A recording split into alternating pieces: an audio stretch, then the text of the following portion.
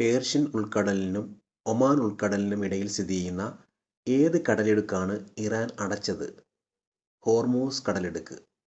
French Oscar എന്നറിയപ്പെടുന്ന award ഏത്? Cesar പുരസ്കാരം. ജെ.സി. ഡാനിയലിൻ്റെ വെങ്കല പ്രതിമ സ്ഥാപിച്ചത് ഏത് സ്റ്റുഡിയോയുടെ മുമ്പിലാണ്? ചിത്രാഞ്ജലി. യൂട്യൂബിൽ ഏറ്റവും കൂടുതൽ സബ്സ്ക്രൈബേഴ്സുള്ള ലോക നേതാവ് നരേന്ദ്രമോദി. ഐക്യരാഷ്ട്രസഭയുടെ ഗ്ലോബൽ ചാമ്പ്യൻ ഫോർ റോഡ് സേഫ്റ്റിയായി നിയമിക്കപ്പെട്ട കായിക താരം സച്ചിൻ ടെണ്ടുൽക്കർ.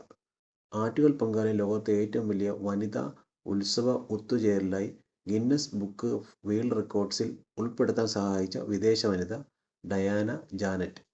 ആക്രമണകാരികളായ ആനകളെ മയക്കുവെടി വെക്കാനുള്ള ഡ്രോൺ സാങ്കേതികവിദ്യയുടെ പേര് ഗജാസ്ത്രം. വിഖ്യാത സ്പോർട്സ് പുരസ്കാരമായ ലോറസ് അവാർഡിനുള്ള അന്തിമ പട്ടികയിൽ മികച്ച രാജ്യാന്തര ടീം വിഭാഗത്തിൽ ഇടം നേടിയ ആദ്യ വനിതാ cricket team India. FIFA world cup football 2026 ഉപയോഗിക്കുന്ന ഒഫീഷ്യൽ ഫുട്ബോളിൻ്റെ പേര് ട്രയോണ്ട.